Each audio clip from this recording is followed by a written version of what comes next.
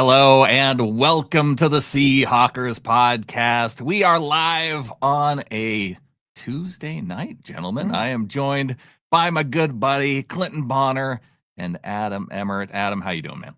Hey, I'm doing all right. Just sitting here thinking about the draft, and Clinton had some ideas about crushes and what happens when crushes break your heart, and that feels like something I should be familiar with. So, Clinton, what do you got going here tonight with today's show? Yeah, for sure, guys. So we could get right into it. And I'm excited about it too. I was just thinking the other day that, we all fall in love with some of these prospects. And, whether we like it or not, guys, there's 31 other teams out there that might be falling in love with our guys as well. So what I wanted to do was examine some of the crushes that we hear about kind of a lot and the most out there in the Seahawks sphere, and then really help people understand some names that are behind them, whether that's a round later, maybe like several rounds later. Who are some dudes, you love this girl, you got a huge crush on her, but the captain of the team ends up asking her out to prom, and then you got to go looking for the next girl who resembles her in some ways. If you squint kind of hard, that could be her. Brandon, what do you think? So these are just like having romantic crushes, is having a crush on a draft prospect. Exactly the same. I would say 100% identical. In fact, it's basically the same, guys. We all fall in love. We fall in love with characteristics on the surface level. We don't know the person too deeply yet, but yet we have this infatuation going, Adam, and you've been watching some tape between quarterbacks and everything else. I'm sure you developed a crush or two along the way. I have. And with that said, these crushes are just like they were in grade school. I have exactly the same amount of chance of having a relationship with any one of these people as I did with any of those young ladies back in grade school. So that's what's awesome about this. And the cool part is that the backups for some of these crushes, much better options than I went for back in the day. So this is going to be fun. Nice. Love it. We've got Marlon in the comments. We've got a couple people joining us live. I see the snail. I see Marlon, and he's saying, calling it now. Adam's crush is the scat man, Bo Scataboo. I feel like you have crushed on him quite a bit over these last few weeks leading up to draft season. I sure have. I have a feeling we'll be talking about him coming up here. In the kind of interesting thing about this time of year is you get some other news and stuff throughout the way that sometimes you don't pay as close attention to. And Clinton, I know there's a couple things that have popped up on your radar here over the last couple days. Yeah, absolutely. We got Michael Knight coming in saying, listen, dudes, but I appreciate the little music notes he put there. That's kind of nice. Wants to make sure we're listening. Yeah. It's a little harmonics. He says, y'all have a lot of passion, but you are misinformed. I think it says, I love you. Maybe I live you. I'm not sure. I love you. He loves us. Yeah, he loves us. But the Seahawks are not taking a lineman in round one. They will go wide receiver or defense. And Michael, first of all, appreciate the comment. We were making some passionate arguments about BPA versus BPA, if it's going to be a lineman or not. And hey, man, you might be right. At pick 18, heck, we're going to go through a bunch of the crushes right now. So, and we'd love to hear who your kind of round, pick number 18, not round 18, pick 18, round one crush might be. So keep them coming. And we see the snail too saying Kyle Williams, loving the Coug. Don't know if you guys got to see the Coug yet, Kyle Williams, but really, really solid wide receiver. We will cover wide receiver later. So I guess hold on to your hats, boys. I would say I would agree with Michael because it's more likely than not that the Seahawks are going to be taking a position other than interior offensive line with that first pick. Not saying that it's the right thing. I'm just saying it's the most likely thing. I would give it plus odds for sure. I mean, I would like it if maybe we took it seriously and did that, but do I expect that to happen? Absolutely not. I don't. And I've been saying all along, look, if you don't do it at 18, I'm fine with that. I'm not going to have a hissy, but make sure you take 2 of those top 5 picks and make an honest go at it. And that's all I'm looking for. Love it. We are going to cover 5 unique positions, and Michael Knight, hang around. Everybody hang around because different positions, and then again, different crushes behind them. And again, the backup crushes. So stick around because even one of our positions won't give it away. we take a bit of a, like I'd say, a different turn on a huge crush of mine personally. Hey, one thing y'all can do to help us is crush on us a little bit. That means subscribe out there, youtube.com/Seahawkers podcast. We would appreciate that an absolute ton. And guys, we have a bit of news and notes. So before we do get into our crushes and we hear from our sponsor for the day, we got some cool news and notes. Actually, before we get to news and notes, I think we should thank our sponsor right here, Clinton. Okay, we could do, let's do that now, and then we'll hop back to news and notes. How about that? Absolutely. All right, perfect. So if you are ready to kickstart your fitness journey, whether you're an athlete like the three of us, or just fitness enthusiasts like the three of us, you want to get back in shape, Body Spec has you covered. For less than the price of a haircut, you can access DEXA scans, the world's most accurate body composition scan. You're seeing it on screen. These are the numbers that actually matter. Your body composition, your bone density, overall health metrics. It's a very powerful way to take charge of your health. And you don't need insurance or complicated things to do it because it's pretty darn affordable, very affordable. We want you to truly understand what's going on with your body. And right now, you get a $10 discount on single scans. Just use the code SHP at checkout. Give the great gift of health to you and yourself. You see the QR code on screen. You see the URL, bodyspec.com/C-Hawkers. Give that gift to yourself. Others are charging $150 plus. Hit that QR code and see what you can get this for. Give the gift of a DEXA scan from Body Spec. Yeah, All man, right. I'm doing this when we're out in Seattle. I'm doing this. Let's do it. Let's see what it looks like for for all of us. All right, perfect. And I see a nice little super chat there, Brandon, as well. Yeah, buddy. Michael Knight coming in with a $2 super chat. So big See, thanks he to does love Michael. us. Yes, he does. Exactly. Now we know exactly how much he loves us, but we love a $2 super chat. Thanks, dude. We do appreciate it. There was some interesting developments. Center square here on screen. We got Shaquille Griffin potentially coming back to Seattle. We had a cool discussion about this in the Discord, guys. He's visiting. Brandon, I'll toss it to you first. Would you like to see the veteran? He's 29 years old now. The one-time Seahawk. Would you like to see him back in the PNW as maybe our CB3 or competing for some playtime? Yeah, this was a welcome bit of news for me because one of the things that I had been kind of projecting or even leaning toward, I suppose, is the idea of going cornerback early, just because I felt like the amount of depth just isn't quite there. And to me, bringing in Shaq Griffin would be have that piece that would allow us then to go in the draft and go, okay, well, maybe a corner isn't so high of a need in my mind, and then we have some depth there. And I feel more comfortable with having a little bit more depth there. And Griffin, I think he's got a little bit more left in the tank. And so it'd be fun to bring him back. I'm pro bringing back some of our vets. Absolutely, especially when it's one of the brothers Griffin. I mean, fantastic human. I would love to have him back on the football team in a professional, solid football corner.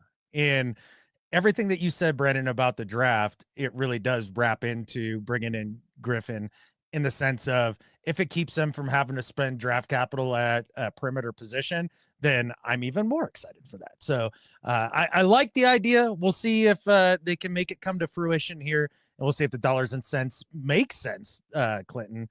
But I know there is two other dudes on this slide.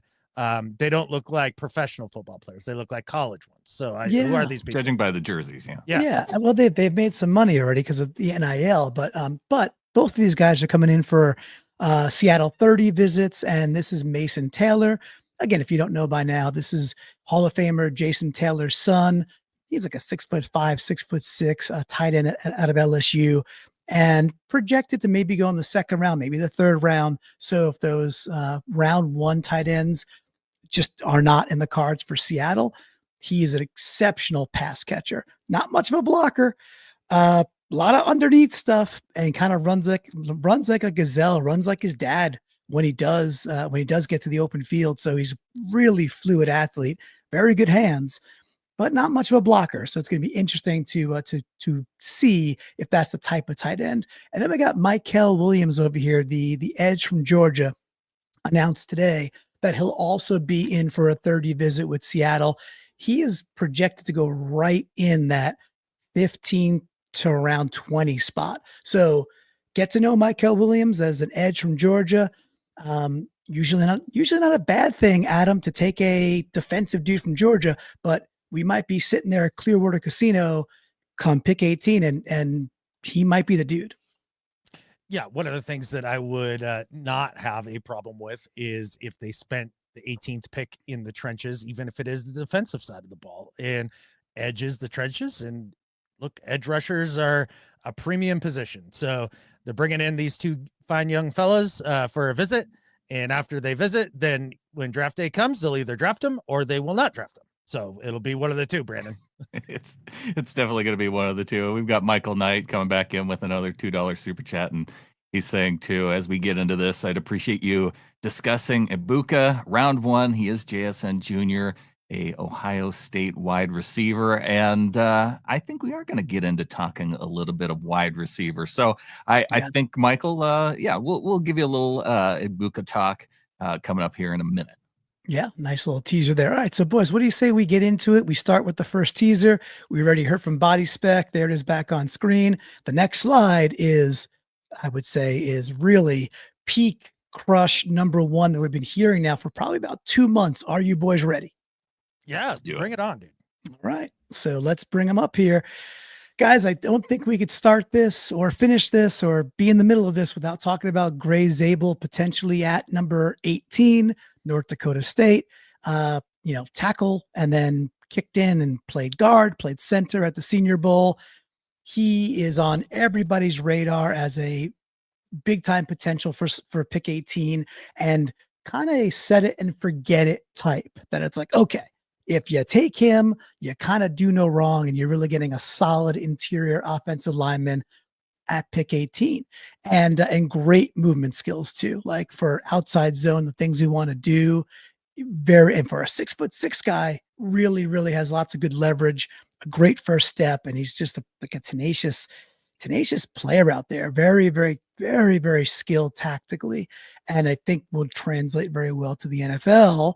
A big time crush. So before we get to some of the guys that we might be able to take, what are the feelings on Gray as we kind of head down the home stretch? Adam, I'll kick it to you first, bud.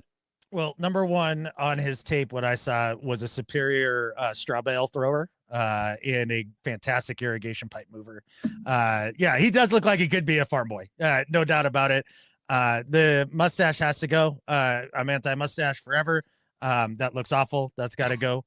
But I can hear Dave Bloomquist, a longtime little flocker and one of our dear friends, rolling over at his grave, having this up on his, not that he's dead, but rolling over at his bed. How about he that? might be, though, if we draft Gray Zabel, at least as a Seahawks fan. Yeah, because the big concern being, from North Dakota State and just not playing high-level competition and all of that. So set it and forget it. I don't quite know about that, but again, analyzing offensive line prospects is definitely not my forte. And so if the people say he's good, then I'll say, great, he's good. If the people say he's not good, then I'll be like, well, that's a bummer. Brandon, maybe you've had some more insight into Gray Zabel. I'm with Newgash here. I don't think that Zabel is necessarily a first-round talent. It bothers me when I see guys who nobody talks about as a potential first-round guy, and especially on the interior of the offensive line. And even some of the small school guys, like I love it when I see small school guys get invited to the Senior Bowl, they do well, or where they do well at the Shrine Bowl. Like I have an affinity for those guys. But to then move that player into the first round based on good reps at a Senior Bowl, that's where I have a little bit of an issue, because there was nobody that was looking at his college tape and saying, oh yeah, this guy is going to be a first or even a second rounder. Like so I can't get that out of my head that it comes down to Senior Bowl reps that project this guy then to leap over some of these other guys who have been proven talents within big football programs. Yeah. That's the leap. It's a leap of faith. And, you're not seeing it out on Ohio State, or you're not seeing it play out for Texas or Michigan or Penn State or any of those big programs we're used to. What I will say, though, is North Dakota State has been making a name for themselves with offensive line, right? Cody Mock very recently being one of the other ones that is 2 years ago gets drafted. Not a first rounder, but as the school gets more, notorious in a good way for that, it does get pushed up a bit. So maybe it's feeling a little bloated, a little inflated for you, Brandon. I do understand that. And he did test very, very well, right? Hey, we even have a North Dakota State lineman on our own team. We do. We have, Jalen Sundell sitting there who may push. Not a first rounder. Not even a rounder. No rounders, right? So I do understand that, but he is a draft crush. Now we got a couple of backups here, and I say backups in the sense that the suspicion Safeties. is How about safeties? A little safety dance. It looks like they may go later, but how much later is kind of, we'll see. It only takes one GM. The first one we want to get to on screen, another familiar name. Some folks are also pushing this person up. This is Donovan Jaxson from the Ohio State. And some folks are pushing him up to the first round, while others are saying, nah, he's kind of a second round guard, quite good. Certainly has the experience at Ohio State and kind of like good at everything. And again, good in zone, outside zone schemes, but maybe not necessarily dominant at any one of these things. So I think I started with Brandon last time. So Adam, what'd you see when you turned on a little U-tape watching Donovan Jaxson do this, at a big school? Well, what's interesting is that Donovan Jaxson popped off the U-tape when I was watching Will Howard's U-tape. And a guy that plays really good football. And I think one of my favorite things about him, if I'm thinking of the correct dude, because again, I am not college football draft expert, but I'm thinking of the correct dude. Their starting tackle went down with injury, and he was forced to play out of position for the whole year and did very well. Yeah. And to me, that speaks volumes that you can take crisis and turn it into an opportunity. And I think that's one of the things I like most about Donovan Jaxson, Brandon. Yeah, I think that this one, just from the standpoint of here's a guy who was, 3-time first team, all Big Ten. He has that type of experience. He's played, and it's funny because you hear some people they'll knock on the idea of, well, I don't want to have a tackle that I have to then move into guard. I just want a guy who is guard and plays guard, and so he comes in and continues to play the same position. And I could get a perspective on that too, but you see a lot of times, especially the high level guys at college, they can handle playing outside at the college level, and they just have to move inside just based on, sometimes it is their arm length, although I think that could be debatable as to, exactly how long a guy's arms need to be to play inside versus outside. But the level of athleticism required, it's not quite as much, and so they can get away with making that move. And I think a guy like Donovan Jaxson would be just fine. I prefer him over the first guy that we looked at. Yeah. And again, some folks have him getting pushed into the first round. And again, there's others that are like, not quite there. So we've talked about this scenario, and lots of folks have, that Seattle might be in a really good position to do a bit of a small trade back and go from, let's say, 18 into the 20s, maybe pick up a third rounder along the way and still get one of these top two guys. There's another guy, another backup crush, I think, is really turning some heads as well, and that's Marcus Embo. So Purdue, talk about another tackle here. This is, to me though, guys, this is the traditional, okay, he was a very strong tackle in college. He is known for like incredible first step, incredible lateral agility, which again kind of screams, why is this a good choice? Well, outside zone scheme, what Kubiak wants to do, et cetera, et cetera. And his big knock, if you look at his like draft, boards, it's like, okay, he does this really well, does this really well, does this really well. He's kind of too short, and he doesn't really have the arm length to be a tackle. Okay, but he has all the athleticism needed to be a successful guard and plenty of power to be a successful guard in a stretchy zone scheme. So Brandon, did you like what you saw from Embo? Do you see the kind of speed people are talking about? I didn't watch a lot of Embo, but I do want to address Chanman in the comments who says, what's the opinion on Kelvin Banks Jr., because he's the tackle prospect out of University of Texas. And I think that with Banks, I think he projects more toward tackle at the NFL level. So I don't, even if he were to fall to the Seahawks, which I'm not even sure that he will, tackle is such a premium in the NFL, and there's so many other teams that need tackle. I see Banks actually mocked to the San Francisco 49ers quite a bit, and that actually makes a lot of sense for them. So I don't think that he'll last to the Seahawks, and if they did, I think they're good at right tackle. I know a lot of people aren't quite sold on whether or not Abe Lucas is going to be able to hold up injury-wise, but I think he will, and I would be surprised if they went with a guy who would even play tackle, and then I know some people say, well, Abe Lucas can bump into guard, and I don't necessarily see that happening either. So also wanted to thank Michael Knight for coming in with another super chat. Dang, that's amazing. Yeah, absolutely. Yeah, he's going for live executive producer.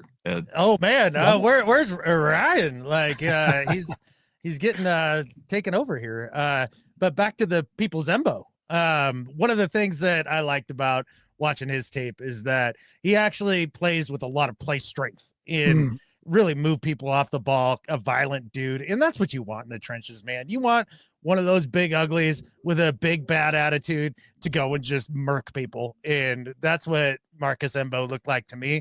Bad attitude, great player. Like, that's a great combination to me.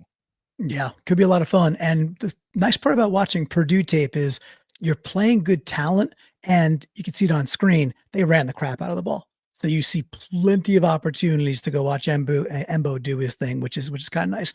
There are lots of other backups. In fact, we did an episode maybe about a month ago now that was titled, I think it was like 9, interior offensive linemen that could solve some problem, the problem for the Seahawks. It's something like that. So we have a lot of others there as well. I saw somebody earlier calling out Jonah Sabanea, I think is how you say his name, from Arizona. He's another one. There's plenty. There's Tate Ratledge. He might be my guard crush. Yeah, I'm pretty excited about that one after watching Brett and EJ on Bootleg Football do their top 10 offensive gems. If you haven't watched that, go and do it. It's great, great content. But they bust into Jonah's tape, and oh my goodness. Like, not just Sabanea's tape, his personality too. I was watching just some YouTube videos on interviews with him, and he just seems like I fell in love with the personality too, along with the play. Yep, and the hair and the whole thing already, and he looks good out there, right? So there again, there's lots of. So if you are in love with Gray Zabel, if that's your first and your what you feel like is your only, there's lots of good interior offensive line, and maybe that's why we won't be taking a lineman at 18, because there is a lot there. We'll see. That is going to be a really interesting first day to see what the heck do we end up doing. Guys, I think a lot of what we end up doing is going to be dependent on if there's a couple of other players that are still on the board at 18, which will go to draft crush number 2. This is my forevermore right here, guys. Tyler Warren, 2.5 months in. Usually, like, I'll go through a few draft crushes and I'll come off some and I'll get back on. Tyler Warren's been like pole position draft crush for me from Jump Street. The unfortunate thing is, as I've had that position, there's been like more and more talk that he's likely top 10 bound, that he could go to the Jets, that he won't get past the Colts at 14. But I'm like, man, oh man, if he did get there at 18, for me, I think he's such a unique tight end that does so much so well, and really also stretches the field quite a bit for a tight end, and in the intermediate and then even downfield as well. And he does stuff as an H-back. He does stuff in the Wildcat, which I think Kubiak would absolutely love. So before we look at some of the potential backups to Tyler Warren, guys, are you in love with him a little bit as well? Brandon, do you like a little Tyler Warren? If he was there at 18, how would you feel? I like Tyler Warren quite a bit. I'm looking at Adam covering up his face, which is funny because in his first and only mock draft, he took a tight end for the Seahawks in round 1. So I just I think he wants to avert his eyes, maybe to remember that his choice was for a pass catcher that was maybe offensive line adjacent somewhat. But yeah, Tyler Warren's a lot of fun. I don't know if I could. I if there weren't so many other needs for this team, it seems like more of a luxury pick for a team. Okay, I have a different take on that, but I just wanted to avert eye contact from Tyler Warren because Clinton has been crushing on this dude so hard from the beginning of the draft process that I didn't want him to think that I also had eyes for Tyler Warren. I didn't want him getting jealous. I just was afraid that he might get possessive. So that's why I had to avert eye contact there. But Tyler Warren's a fun player to watch. I mean, the tape is just ridiculously diverse. And it looks like a guy that could come in and do Travis Kelce type things and be a real difference maker. I like him. I like the other tight end kid. And you wouldn't go wrong choosing Tyler Warren if he happened to be there. Also plays a de facto line position. And so that's why tight end for me wouldn't be something that would hurt my feelings if they went there with pick 18. Yeah, you took Colston Loveland in your first and only ever mock draft at 18. And by the way, since you did that a couple weeks ago, there's been a trend of different folks now mocking Colston Loveland at 18 to Seattle. And I'm pseudo in love with him as well. A little bit different, but boy, oh boy, is he big and freaking strong. And we're actually going to be doing a Thursday night show with Max Toscano, who is from Remember the Tight Ends. So we're going to do a tight end deep dive on Thursday night with Max live. So make sure you're subscribing for that as well. What I wanted to do with the backup crushes here, though, guys, was not go tight end centric. I wanted to take it a different direction. One of the reasons I love Tyler Warren so much, besides being an inline tight end, it's the flexibility I think he would give Clint Kubiak to find his Taysom Hill. That's in addition to being what I think is tight end one. So Tyler Warren could go do the H-back stuff. Tyler Warren can take direct snaps as quarterback on 3rd and 4th down, 3rd and 2, 4th and 1. There's a lot of stuff he can do there as well. So we're not going to talk about tight ends. We're going to talk about other dudes who could come in to give Kubiak that Taysom Hill that he clearly wants, because his first, what's that called, Brandon? You get behind a podium, you talk to the press conference. Press conference. That's the word. That's the word I should probably remember. But his first press conference, so like, why were you so good in short situations? He's like, well, we had Taysom Hill. It's just like, we have a Hulk. So I think he wants a guy like that. So Adam, I'm going to kick this to you first, because the first guy behind here, this is your guy. This is your crush right here. So tell us about the Scatabo dude. Go. You do it. Be still my beating Scatabo heart. Like, just watching him and watching everything that he did for Arizona State last year. That is my type of running back all day, every day. Just head down, seeking contact, a tone setter, isn't afraid of anything. He's a guy that, remember when Marshawn came to the Seahawks and just his energy just changed the entire team, not just offensively, but defensively with his physicality. I'm not saying Scatabo's Marshawn Lynch, but I'm saying he runs with that sort of authority. And I think it's something that can really bring up a team. And you heard Kubiak talk a lot in his presser about a fullback, not necessarily a Taysom Hill, but a fullback. Yeah. And I think Scatabo could be the next Tom Rathman. I mean, he looks exactly like him when he runs to me. He catches the ball well. And I love everything about his story too, coming from the Big Sky Conference and making his way to Arizona State. I think that's pretty cool.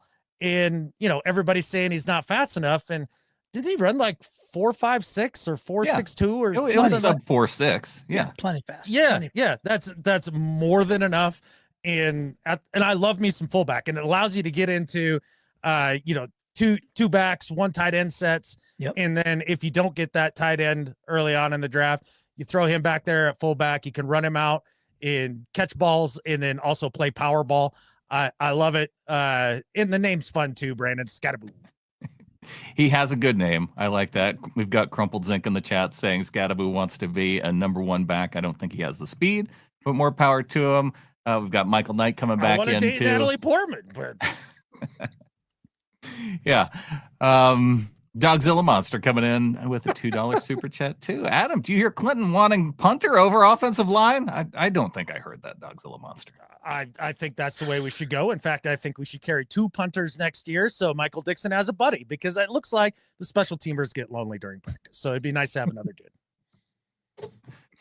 All right. Appreciate everybody coming in. So yeah, Cam Scattaboo, I think it would be a fun pick. We've even heard John Schneider talking about how we're going to have a fullback next year. So it has permeated through the organization that it's going to happen. And yeah, maybe it'll be the Scattaboo. It'd be a lot of fun if again, he's a dude we could probably take in the 90s, right? We got 2 picks right there, 90, 92. And, Brandon, you said luxury earlier for Tyler Warren. And again, if it's like, well, if we're talking about scratching that itch for Kubiak, man, I think Scattaboo could really, really do that. And I would just be so pumped if it's like 3rd and 3 and we're running the ball downhill with a guy like Scattaboo, or we're on the goal line, or 4th down stuff. He also has good hands out of the backfield. So I'm a fan of this as that kind of wild card play. There's another one that I want to bring up here, Brandon. I'll toss back to you. We did a QB show at our huge QB countdown. You can find that out on YouTube as well. So I'm obviously hinting at something here. Remember, if Tyler Warren can't be the Taysom Hill for Kubiak, well, maybe this guy can be, Brandon.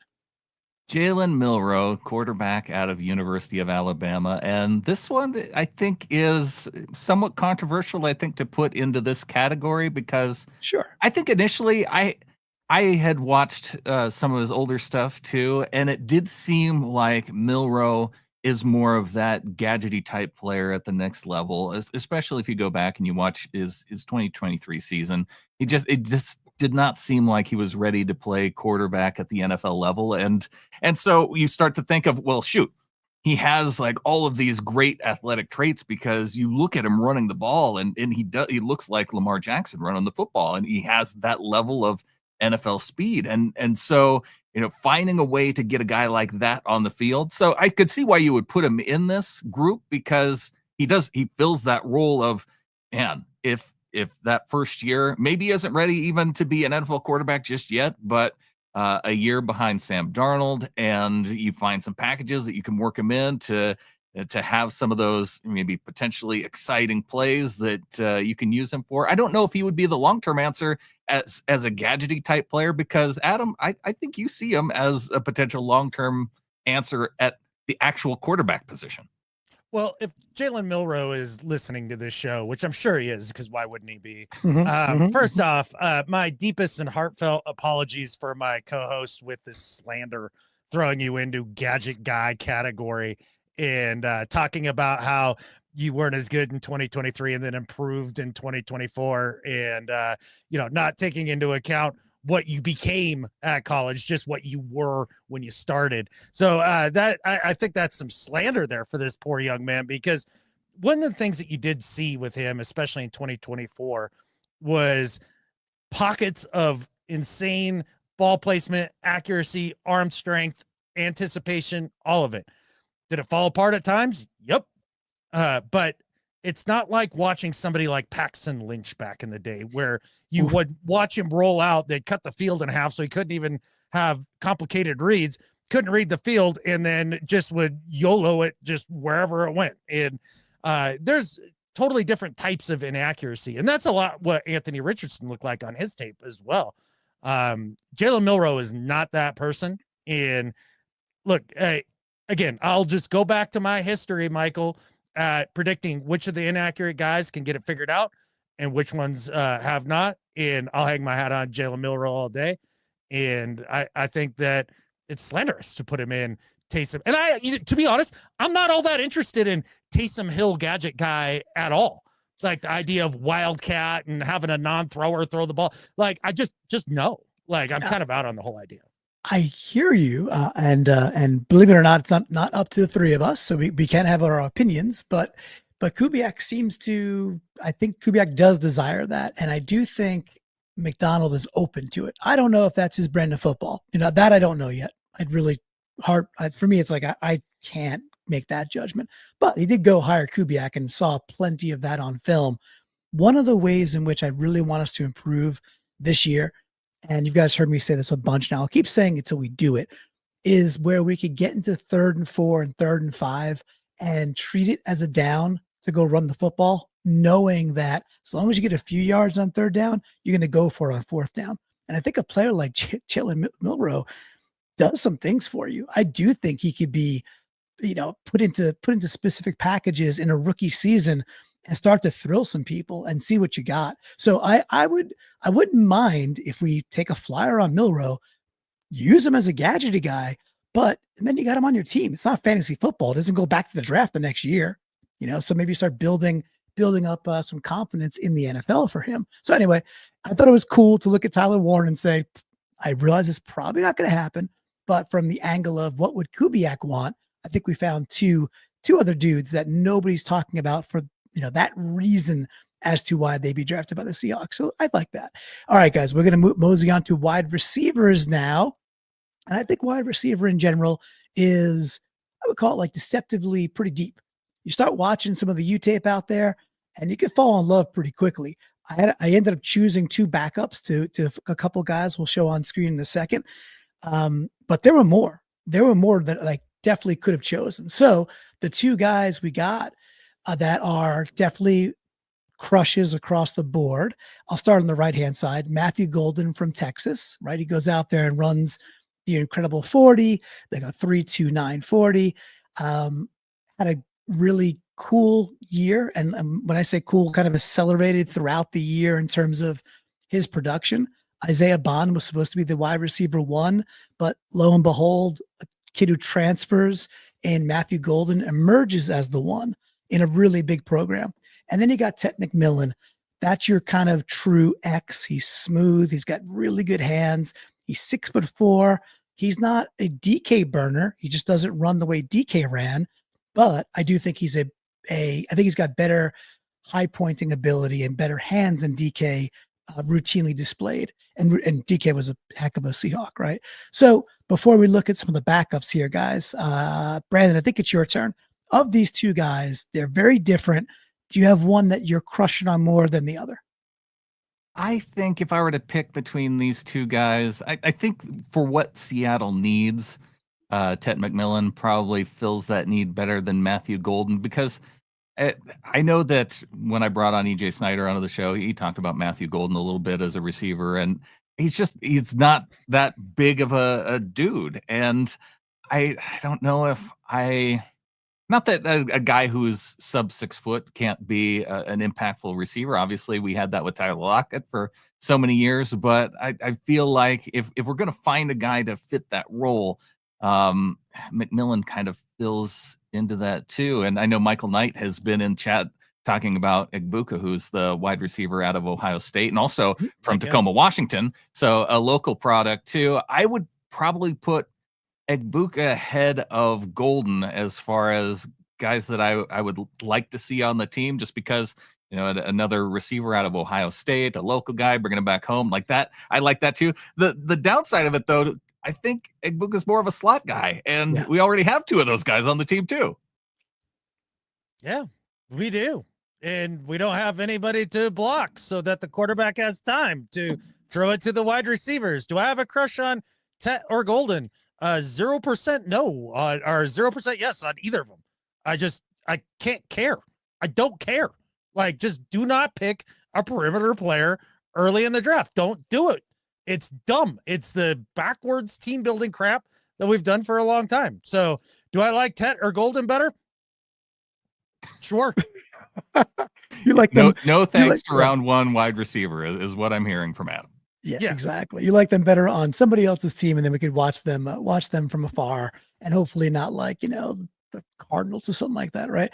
So, okay. And I wanted to put up 2 different players that really are a little bit different in their game. They do both play outside, and that's why I kind of chose them as well. It'd be a different, like Golden will be a different type of outside receiver. He's not a traditional X, but he is absolutely a burner out there as well. So there's a couple of different. So what I want to do with the backups to this are guys that are likely going to go in the 2nd round or maybe 3rd round, probably 2nd round, and kind of match match one for one with like a traditional X, and then a guy who's really, really quite interesting that I'll save for last.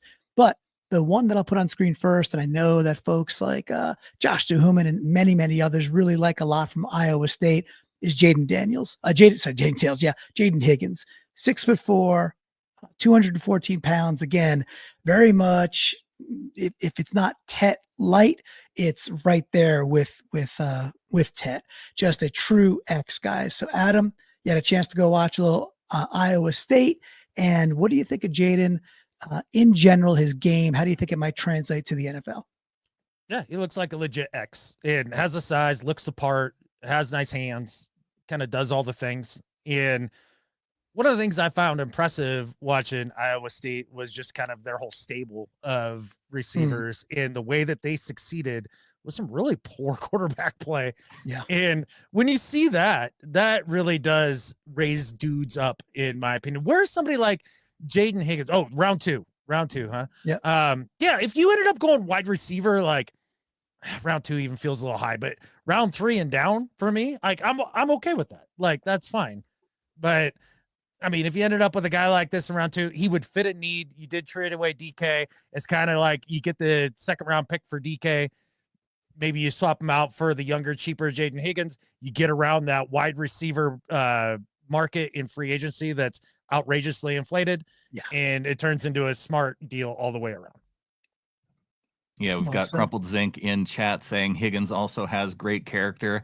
Just to piggyback on what Adam was talking about, well, the wide receivers making their quarterback look good. Higgins had so many contested catches where the quarterback would put it in a real tough spot, and he'd have to find a way to essentially go through a defender and still come down with the football. And he did that on multiple occasions. And so, yeah, I like it when I could see a guy not just in their highlight videos, running with 5 yards of space and catching a football with nobody around them at all. No, I want to see the guy who has multiple contested catches. And unfortunately for Iowa State, they had a quarterback that made made the wide receivers have to work for it quite a bit, because it wasn't just Higgins. I think they had another one who we might be talking about too. But of the wide receivers, Higgins, I think, fits the mold. He also fits the draft round that I would rather than go first round. And I think he has, especially with the character concerns around Tech McMillan and not liking to watch tape, was one of the things that I think we heard. I don't know if that'll be enough to knock him out of the first round, because he is a super talented wide receiver, but it does make me like taking a guy like Higgins a little bit later better than taking a guy like McMillan earlier. Is the Tet thing kind of like the Laramie Tunsil video that came out right before the draft? Like, no, because it's out in plenty of time now. Well, sure, but I mean, you put it out there. It's the news to knock him down the draft. Yeah, like that feels a little like that to me. I mean, is that a confirmed story? I don't know. It's definitely confirmed. It came out of his mouth. But I'm pretty sure. I didn't know. Yeah. Pretty sure that video is several years old though. Right. It's like he was a much younger. I think it's like 2-3 seasons ago. And he is nonchalantly saying he's saying he was like 19. Yeah, so it's you would think he probably matured over the last couple of years, right? And clearly he's quite a good player in his own right. But we did mention Iowa State having some quarterback challenges, and while Jaden is the big X, guys, as much as I love Tyler Warren, this next guy, to me, I watch his tape and I'm like, oh my God, I believe Doug Baldwin and Golden Tate decided to have a love child, and their love child is named Jalen Knoll. This dude, now again, he played inside more because size-wise, 5'10", 201. Sure, but Golden Tate played outside. Doug played outside. Jalen also plays outside. They move him everywhere. He did play a decent amount in the slot. When I watch all the let's say top 10, top 12 wide receivers, in my opinion, nobody moves like this guy in the first 5 to 7 feet of every single route. He's breaking ankles over and over and over again. And to me, it's so translatable to the NFL, because it's just, I'm still looking at the top 12 guys and nobody create space off the jump like Jalen Noel does. And he is so freaking quick and explosive. I've kind of fallen in love with this guy. Adam, you know my penchant for quick guys, but he's not gadgety. He's not scat. I just look at him and say, Golden Tate and Dougie decide to have a child and give it to us. Well, it looks like in this photo that Jalen Noel is as surprised to find out that he is the love child of Golden Tate and Doug Baldwin as any of us. But I'm gonna be honest, I didn't watch a lot of this guy, and if you love him, I'll take your word for it. I'm sorry, I have an impossible time this year going in and watching wide receiver tape with any sort of earnest. Like, I can't express how much I don't care, Brandon. I feel similar to you about this one, Adam, just because he is on the smaller side, and around two smaller size wide receiver to me, I would much rather go pass rush in round two. I'd rather go interior D line. I'd rather go interior offensive line. There's just I see the need for a bigger wide receiver. I don't see the need here. And while he may project to be a good player, and like I said, watching Iowa State, they both had wide receivers that would have to compete routinely for balls with the defenders, and Noel had that ability too. It just, the body type doesn't fit for me. I'm going to assign you guys. If you really haven't watched him yet, Not going to do it, but thanks. You should. Well, when we're sitting there at Clearwater and we take him 52nd overall, you're going to want to know who this guy is, man. And to me, he's a transformative player. And I realize I've been high on fast wide receivers before. Not going to mention D. Eskridge's name by name, but so I've been wrong in the past. However, I think he's really special, like really special. There's another dude, Jack Besh, who, to me, from TCU, we don't have a slide up for him, but he's getting a lot of love and comparisons to the way he moves, how fluid he is. He's more like 6'1", 6'2", and people are like, okay, he might be this year's Puka Nacua. Now he's going to go second round, maybe third round as well, probably second round. Just another really cool name to watch as well, that if we're not going first round, if we want to look at 2 or maybe in the third, there's plenty of really cool wide receiver talent. And we certainly didn't mention all of it. But Brandon, you mentioned another spot. So we're going to keep on trucking where you'd like to focus. And Adam, I know you want to focus here as well. So let's get some beef. Let's go defensive tackle. I put 2 on the board that are getting a lot of buzz. You got Oregon's Derrick Harmon, and you got Michigan's Kenneth Grant. These are both big boy defensive tackles with some pass rush upside for sure, but more disruptive. And the concept here, guys, is not your 3 tech, certainly not your 5 tech.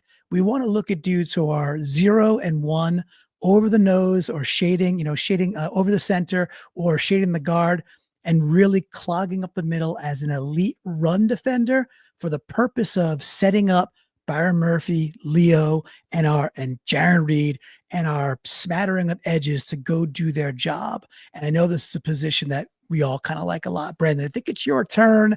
Have you looked at these guys a bit? They're both kind of rumored to go around again, pick 15 to pick 20. And this is trenches, man. Yeah.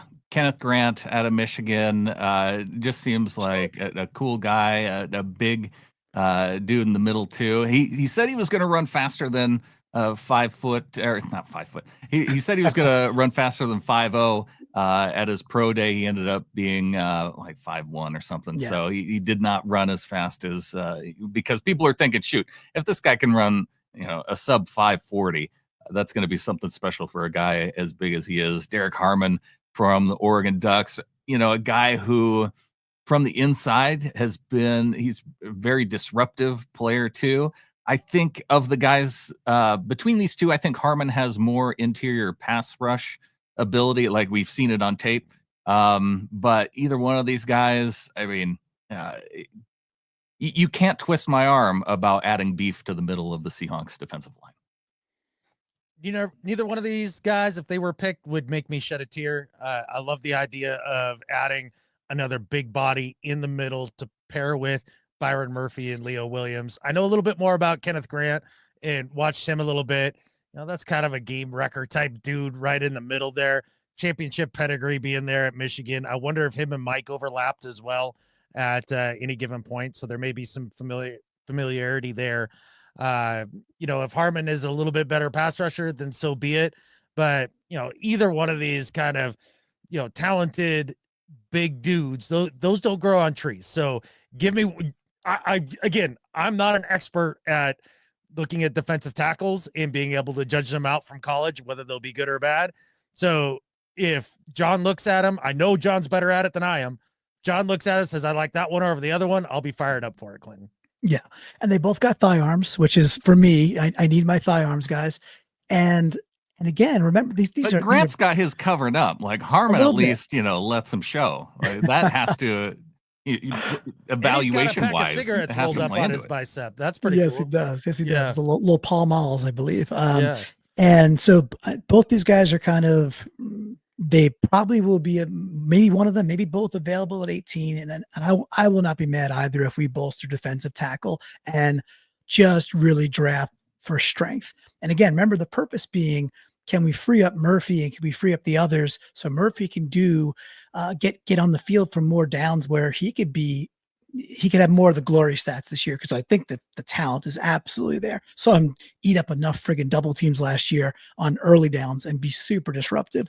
So that'll be really cool to see. But remember, this is if we don't take these guys or if we get sniped, right? If they go earlier than 18, and there's certainly teams like the Bengals and the Colts and the Falcons who clearly could use talents like this as well. So if we do get sniped with both of them, there's some backups that I think are going to be really successful in the NFL as well. So I'm going to start with Alfred Collins. Again, going back to Texas. What I like about this guy, he's freaking huge. So 6'6", 330 plus. If you watch a little bit of Alfred Collins, he just is that prototypical nose tackle. He's not here to rush the passer. He doesn't really do it very well. He kind of just has strength. He doesn't have like moves. He's not gonna rack up 4 or 5, 6 sacks a year just because he's good enough. Probably not going to happen in the NFL. But Adam, what this guy will do is take on double teams, be incredibly gap sound, and be a beefy boy right in the middle. He's projected to go second round, maybe third, but probably second, maybe a bit high for traditional nose tackle. But can you overpay for that kind of beef in this economy? I just don't understand if you draft a guy who will be a starter. I don't care what round it is, how that's an overpay. Like somebody can try to explain it to me, some of the value nerds, but doesn't make any sense to me. If you could pick this guy in the second or third round and he comes in and is your starting zero technique guy, yeah, at 6'6", 330, yes, please. Like, sign me up. Big time space eater. I like it, Brandon. Like, that would be something I'd be fired up about. Yeah, and I hear what you say a lot. Positional value is of little consequence if you get a guy who can play, because so many times, we see players taken with high positional value and high upside with athletic traits that it's great. They have the NFL athletic traits, but then it turns out that they can't play. I want a guy who's going to be in the league multiple years. And so if you get that, the positional value doesn't matter too much. I feel like we've talked enough Texas guys, and I want to move on to CJ West. Perfect. It would be cool though if a Texas guy does get to team up with Byron Murphy. That would be a cool reunion. However, guys, look at this profile. Look at this. If you're not watching this on youtube.com/Seahawkers podcast and you're listening on the audio, you should just sprint to a screen. Probably have one in your hand anyway. And go look at these thigh arms on CJ West, a little bit lighter, and he's smaller, 6'2", 317. He has more pass rush upside. He can be a 3 technique. However, everybody who's watching, things around the draft say, yes, he can be a 3 technique, but this guy can absolutely, CJ West can absolutely play 1 and hold his own at 0 quite well. And you guys got to meet CJ West down at Shrine Bowl. Adam, what do you think of CJ? It's interesting. When that was our first experience going to East West Shrine Bowl, and big shout out to Brett and EJ for twisting our arms a little bit and being like, hey, come do this. It'll be fun. And they were right. It was a great time.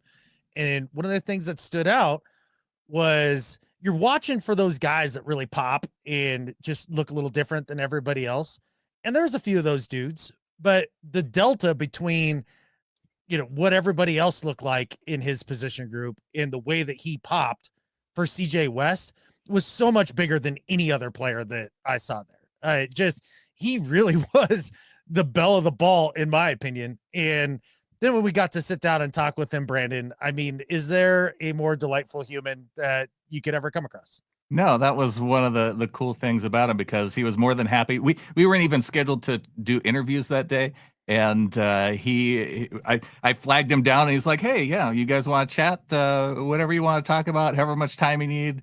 And so he was a blast to talk to. We've got Lou in the chat saying, "Why do nose tackle 40-yard speeds matter? You already lost the battle. Sumo wrestlers win with hand placement and anchoring." And yeah, 40 times really don't matter. Lou is correct with that. It's just that if you have a guy that can run that fast, like a sub 540 time, it's pretty special for a guy that is that heavy. So where it can come into play, though, and a lot of scouts look more toward the 10-yard splits, because that measures the explosion. And that is what really helps you in the trenches. And you could, the explosion off of the line with CJ West was something that was evident, like, as soon as we watched him in the first days of practice at Shrine, because he was off the ball quickly and getting around his dude, and it didn't matter who he was matched up against. Like, he was the dominant guy on the interior defensive line at Shrine. Yeah, he's super cool. And we mentioned Bootleg Football earlier. They had a nice, little expose, like a little 12, 15-minute video on CJ also. And it's really well done. So if you want more on that, and we also, you guys, we have it on screen here. Look for this thumb out on YouTube. It was Dominant DT at Shrine. This is your interview with him. And by the way, of all the people we've shown so far, he's probably the only one that has a chance to be day 3. So he might not go in the first 2 rounds. He could absolutely be like an early, like a round 4 kind of guy. I think that's tremendous value for a guy like CJ West. And the last thing I'll say about him is that, he did a number of years at Kent State. I think it was 4 years at Kent State. And then he makes the transition to Indiana in that like 5th year. And the Indiana team was excellent. I mean, they came out of nowhere. They had a really solid season, and he was absolutely one of the main reasons that Indiana team was just really stout on defense. So he's an exciting player, guys. I love that we spent as much time as we did on him, because I think he's friggin' awesome.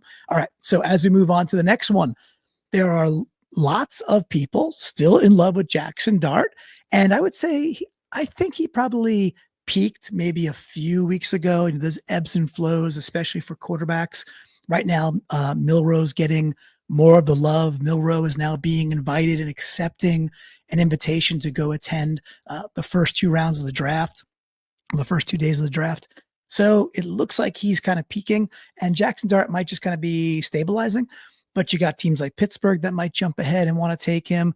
There's still people who want, Seahawks fans that want us to take him at 18.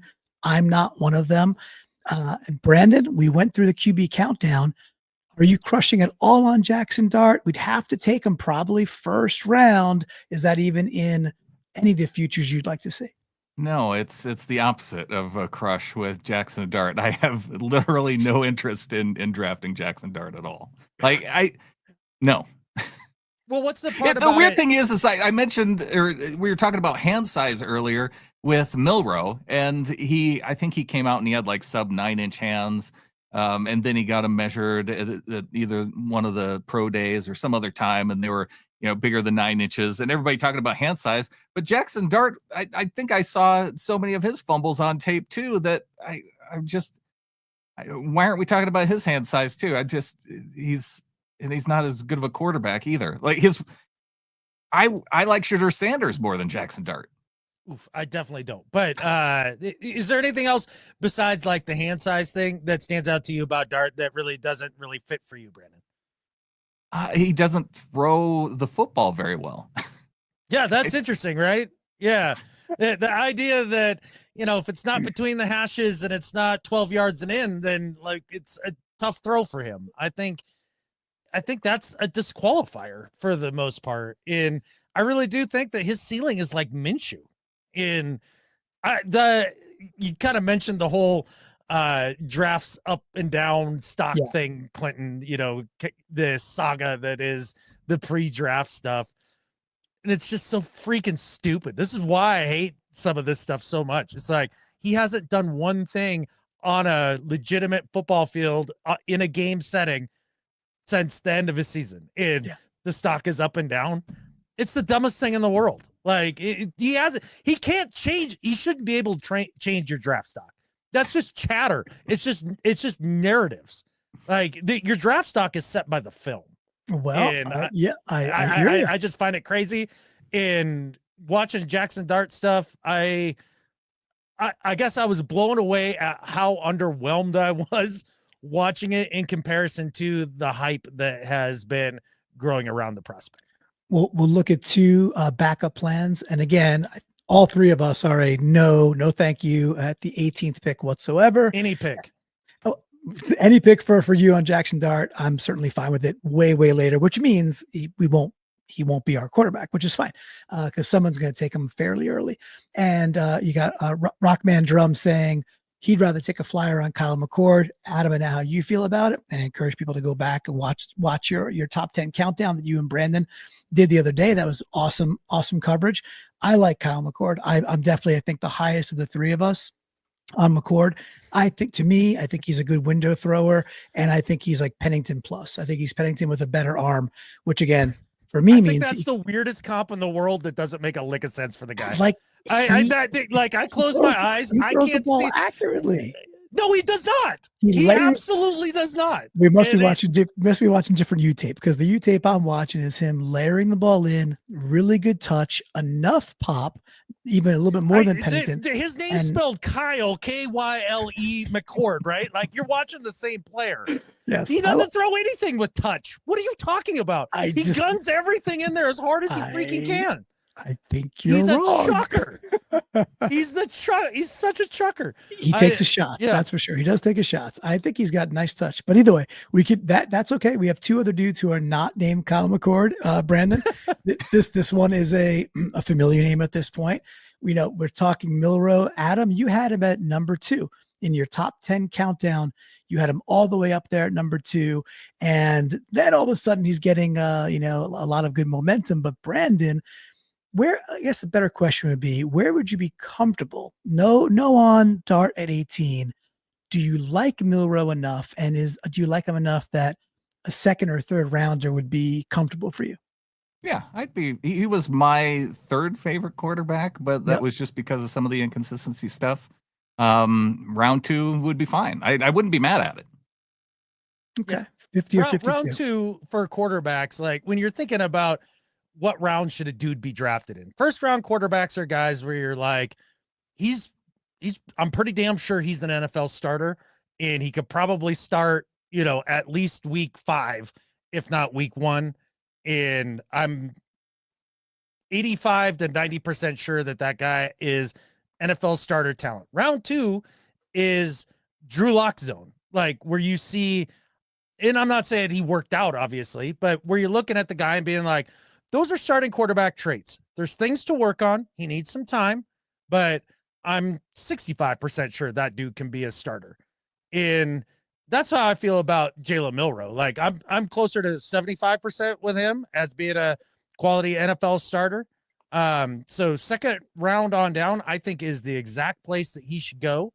And I think he'd be a tremendous value. And, there's a lot of people that have been asking for QB of the future for a long time. And now that we've gone the direction that we have with quarterback, I'm more interested in having other options at the position, considering the possible outcomes of having the new dude in town. Okay. And for me, I would quickly say I see some great chatter, great comments. Thank you. Keep pouring them in. I'd prefer Seattle to not take a quarterback in the first 92. That's my preference. And then you get to the 4th, you get to the 5th. If you want to take a flyer on McCord, or if Dylan Gabriel is still there in the 4th, I think there's a lot of talent going around with Dylan Gabriel as well. So McCord or Gabriel for me, I'd prefer to keep stocking up on trenches, and we probably got to go look at safety, which we're going to do that next, by the way, position wise, and probably got to look at a safety in the second or third round if we don't do it even earlier than that. So that's kind of my comfort level. So I'm kind of a no on these dudes. We still got one more quarterback as well. Adam, I'll toss it back to you real quick. We talked about Will Howard in a bit of a Big Ben type capacity. And look, the thing that if you didn't see the quarterback countdown episode to know about Will Howard is he's big, he's strong, he's athletic enough. And in the moments it mattered most, he was kind of the opposite of Jaxson Dart. Dart kind of shrunk when the spotlight was the biggest against the best talent. Will Howard basically pitched a perfect game throughout the end of the season and then throughout the college football playoffs. What do you like about Howard? Yeah, I think that's one of the things that's a giant feather in his cap. And I love nicknames for people that are oxymorons. So instead of like Big Ben, this would be like mini Big Ben. He's still big, but he's not quite as big as Ben. And the arm strength isn't like Ben. And, there's some things to be concerned about. I do think that he's going to need to work on said arm strength a little bit in the league, but he does throw with nice touch. He does seem to have that gamer vibe to him. And he does have the most like pro style offense stuff on his tape running that offense with Chip Kelly last year. And I can't believe those words just came out of my mouth, but it's true. And, but some under center stuff, a guy who I think would come into the league and not be easily overwhelmed by it, especially with some of the, the big pressure. And I like him. I think for me, he's a round 3 or later guy. Like round 3 guys are like, he's probably going to be a decent backup. Maybe he could be a starter and we'll take a flyer. And that's where Will Howard is for me. Yeah. When you think of quarterback flyers, it really does. You start leaning more toward the 3rd, 4th round. If you're taking a guy that you feel who can actually play, I mean, right. the 5th, 6th, 7th round flyers are not.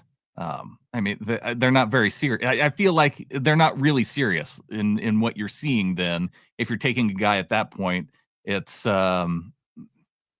I would be more interested if we're going to do it this year, and one of these guys is available in the 2nd, 3rd, 4th round.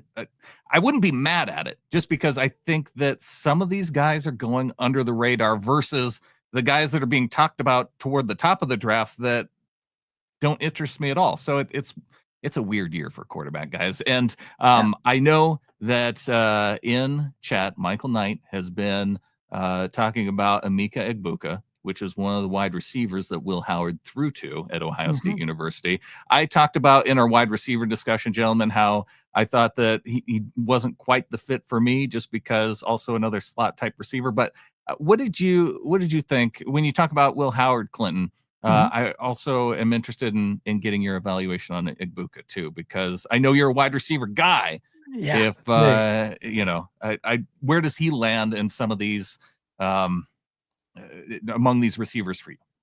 I think he's quite talented. For me, I watched a bit of him, and what I see is, I don't know. To me, it's a very much like a JSN again, where it's like it's not exactly. But twitchy. 2 JSNs on the team, one's good. Why not have 2? Well, it's because you have Cooper Kupp, right? And so it's just for me, it's a scheme thing. Like how many of these guys can you trot out there that are quite similar? I mean, like really similar in their speed. They're definitely agile and they definitely have good hands and they know how to sit down in zones. They are good wide receivers. With that, I would really prefer someone like I said earlier, Jalen Noel, because of the speed difference. Like it's such a different factor of how quickly he can get open. And I don't see that with Egbuka either. I see like another JSN who's a darn good wide receiver, but maybe, I don't know, maybe like a step below him is how I see it. But I was really high on JSN coming out. I was all about that pick at 20. Yeah, comparing those two players, like Egbuka looks like a thicker specimen. if that makes any sense to me. Yeah. And he seems to have more of an NFL body. Oddly enough, watching both JSN and Egbuka, Ohio State stuff, when I was watching quarterbacks over the last couple of years, one of the things that I kind of came away with watching JSN is I guess I just don't see how it is that he does what he does. And I'm not saying that I'm right at all about this. I'm just saying, like, this is the way it hits my eyes when I watch the screen. Like, I don't see the speed. I don't see the sudden burst. I don't see the quick cuts and everything. And again, I don't think I'm right about that. Obviously he gets open. Obviously he's good. For whatever reason, maybe it's just that he's so smooth that it just doesn't pop off the screen. So that when I watched Egbuka this last year, he really popped more on the screen to me. Now, does that mean anything ultimately? Probably not, but that's just the way that it looked to me. Yeah. And Michael Knight in the chat saying, how about 3 JSNs then? It's like the 7-minute abs. Yeah. Gave me a break of sweat in 6 minutes, right?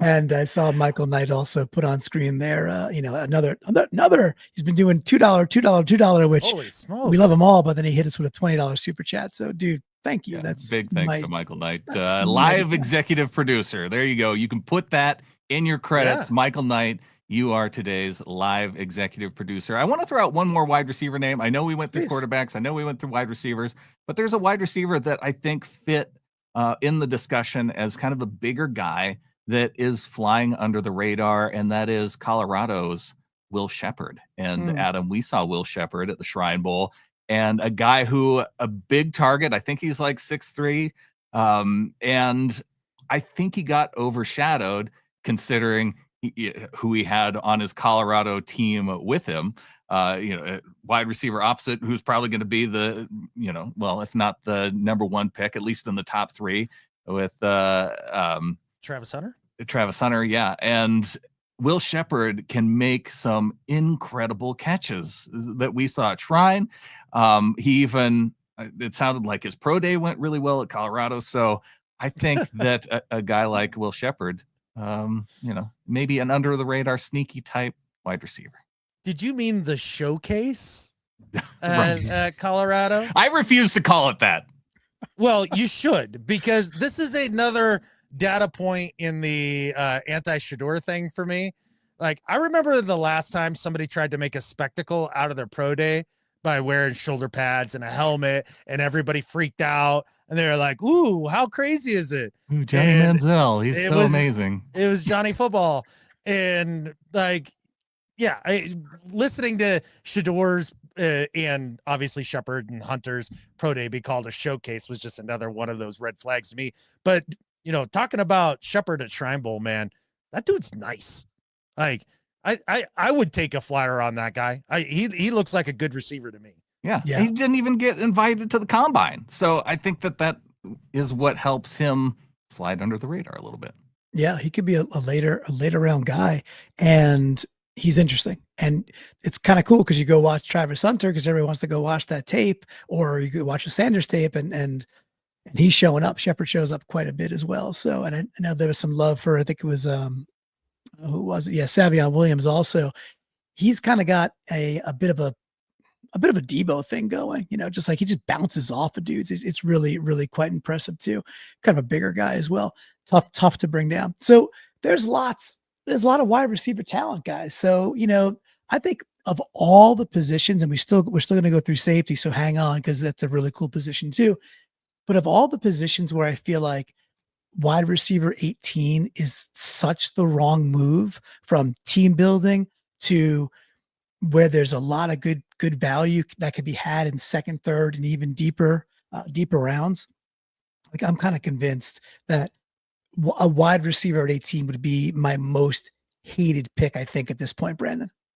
Wouldn't be my most hated, but it might be right up there. Oh, Jaxson Dart, QB 18 would be my most hated. So that'd be for sure. Yeah, if he slid, that'd be rough. Yeah, that'd be most. I think what you're hitting on, Clinton, is something that I know I've been saying. Brandon, you've echoed it a million times too. Just the idea of wide receivers being the new running backs. I mean, they're everywhere. Like, there's 1,000 of them in college football. If you're not looking for a 1, but you're looking for a number 2 or a number 3 receiver, never, ever, ever spend a first round draft pick on that ever.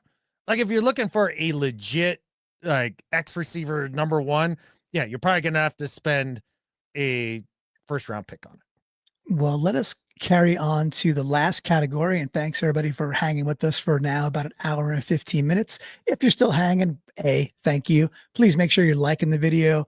Make sure you're subscribing if you're brand new out on YouTube, and really hit the likes. And then when this video is done, drop some comments back when this live version is done, because that really helps the algorithm too. We very much appreciate it.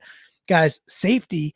And these two fellas on screen here, we got Nick Emmanwori from South Carolina, and we have Emmanwori, and we have Malaki Starks from Georgia.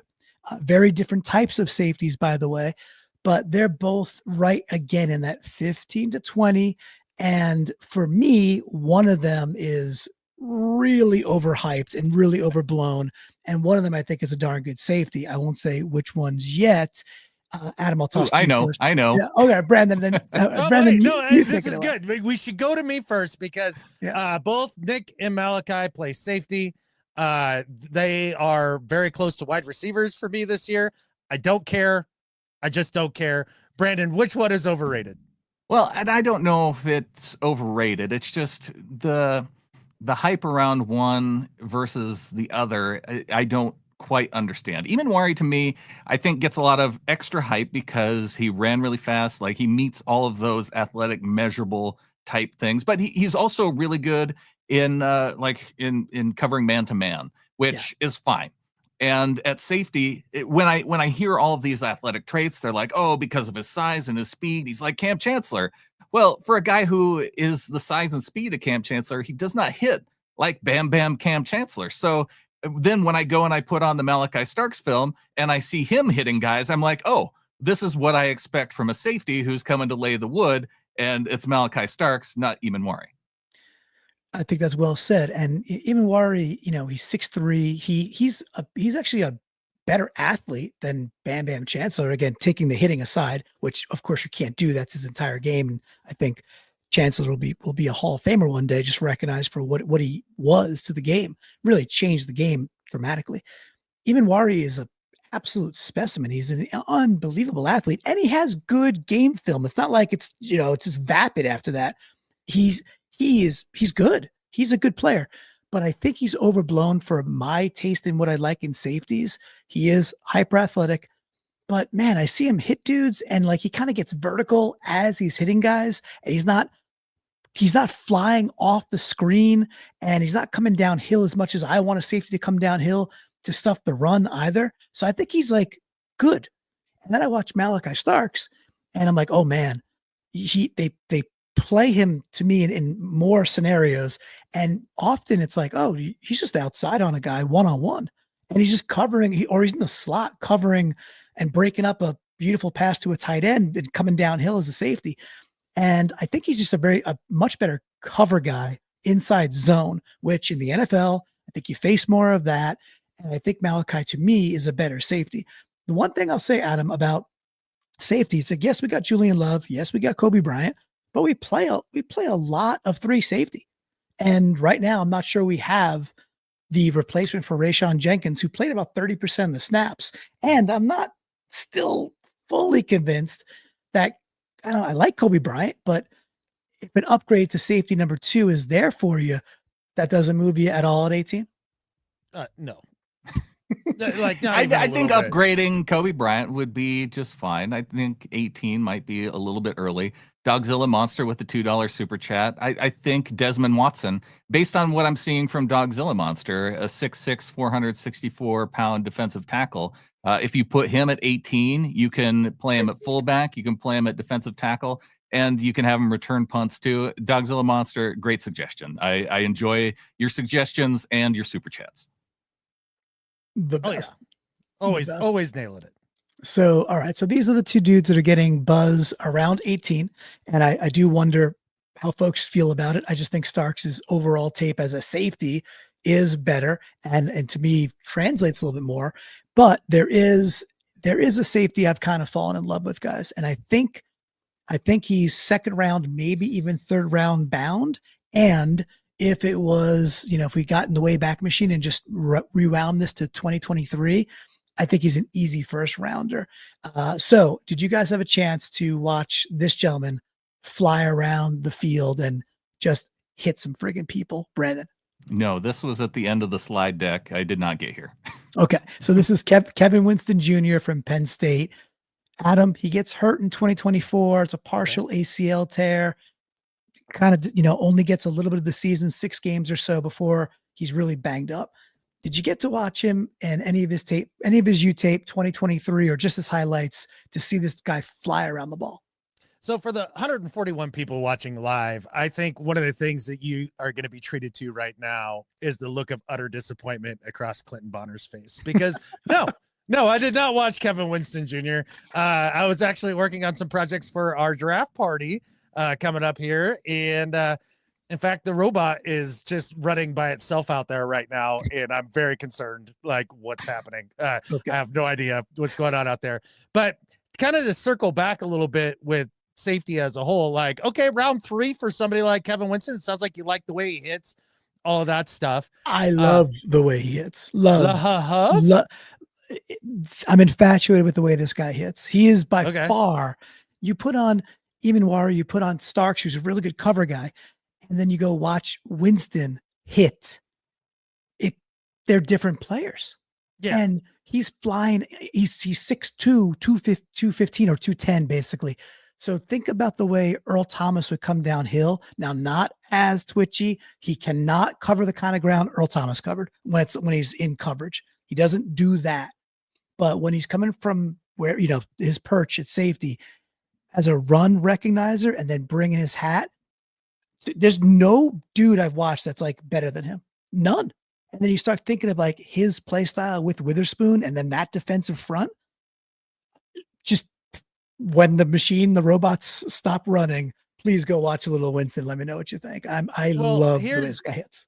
So here's the interesting thing about what you're talking about with Winston. So projected round 3 is what you've got. 2 or 3. Okay. Yep. Still not even close to interested. Here's a list of some of the dudes that are still available in free agency right now that you could sign for that 3rd safety spot today. Justin Simmons. You could bring back Rayshon Jenkins if you really like that. Jordan Whitehead's out there. I like Julian Blackmon. He was formerly from the Colts. Kazee is out there and available. Quandre available if you're looking for a reunion there. Jordan Poyer, I know he had an injury-filled year last year, but there's another dude you could bring in for the 3rd safety spot. Chuck Clark, who is, again, a guy that I've liked over the years, a former Raven. He's available. These are all guys you could bring in for just a couple million, not use one of your early draft picks on a position like safety when you can then address the gaping hole in the side of the Titanic called guard.